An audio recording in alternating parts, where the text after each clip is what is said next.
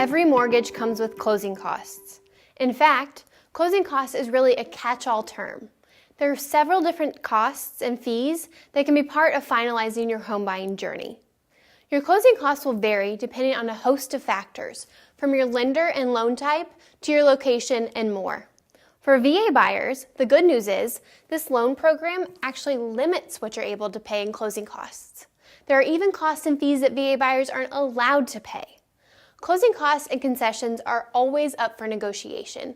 It's important to understand that sellers aren't required to pay any costs on your behalf, but you can always ask them to pay some or all of these costs when you're making an offer on a home. When I talk about closing costs with buyers, I break them down into two broad categories: loan-related and non-loan related. First, let's take a quick look at some of the different types of loan-related closing costs you might encounter. One is the origination charge. The VA allows lenders to charge up to 1% of the loan amount to cover origination, processing, and underwriting costs. Lenders can choose to either charge a flat 1% origination fee, or they can pick and choose among a host of fees, so long as they add up to no more than that 1%. Another is the appraisal fee. VA buyers are required to get an appraisal. The VA sets the cost for these, not the lender. An appraisal is typically going to cost you about $425, and it's a fee that you'll need to pay before closing. Next is title insurance. Title insurance protects lenders and homebuyers if liens, legal defects, or other title-related issues are discovered after closing. Lenders will usually require the purchase of lender's title insurance, which only protects their interest in the property. You should strongly consider paying the one-time fee for owner's title insurance to ensure that you are covered too. And finally, discount points. Buyers can pay points to lower their interest rate. A point is equal to 1% of the loan amount. Now, this isn't something many VA buyers do, but it's an option and it's a loan-related cost. Now let's take a look at some of the common closing costs not directly related to obtaining a home loan. A couple big ones are prepaying portions of your property taxes and homeowners insurance bills. Your local government levies property taxes on an annual basis. As a homeowner, you'll also be responsible for paying for homeowners insurance every year, and at least a portion of these annual bills will be due at closing. There are also daily interest charges. You pay a home loan in arrears, meaning your monthly payment actually covers the previous month you lived in the home. So if you close in mid-September, your first mortgage payment probably wouldn't be due until November 1st. But lenders will collect prepaid interest on the loan between your closing date and the end of that month. Lenders calculate it as a per-day rate. Next, we have recording fees. State and local governments charge a fee to record your deed and your mortgage-related documents. It's important to understand here that some of the details of your real estate transaction will become public record after you close on the home.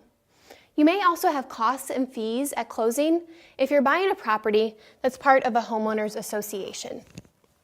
Now, one of the big benefits of VA loans is that sellers can pay all of your loan-related closing costs.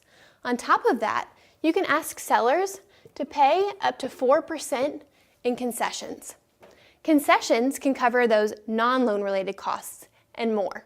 Some of the most common seller concessions include having a seller cover your prepaid taxes and insurance, or having them provide credits for leaving things behind in the home, like a pool table or a riding lawnmower. You can ask the seller for concessions to pay off your collections or judgments at closing, or even a lease termination fee. In some respects, as long as you stick to that 4% cap, the sky's the limit when it comes to asking for concessions. One of the early questions many buyers have is, what are my closing costs? And it's an important question for a lot of reasons. Many VA buyers want or need the seller to pay at least some of these costs, if not all of them. And that means asking for a specific percentage or dollar amount in your purchase offer. Where things can get confusing is that lenders can only give you a rough estimate until you've zeroed in on a property.